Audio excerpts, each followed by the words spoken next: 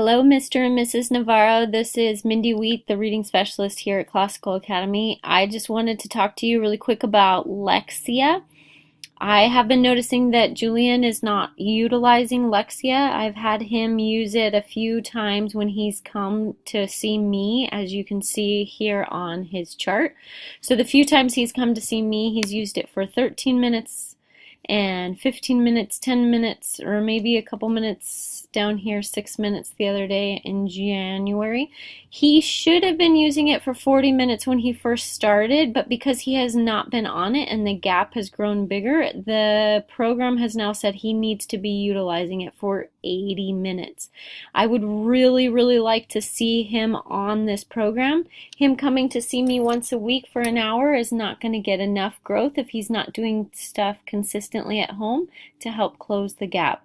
Now, I do understand that you guys are busy at home, and so if you have any questions, feel free to call or email me. My email is mweate@classicalacademy.com. Again, mweate@classicalacademy.com, and my name's Mindy Wheat. Thanks. Let me know if you have questions.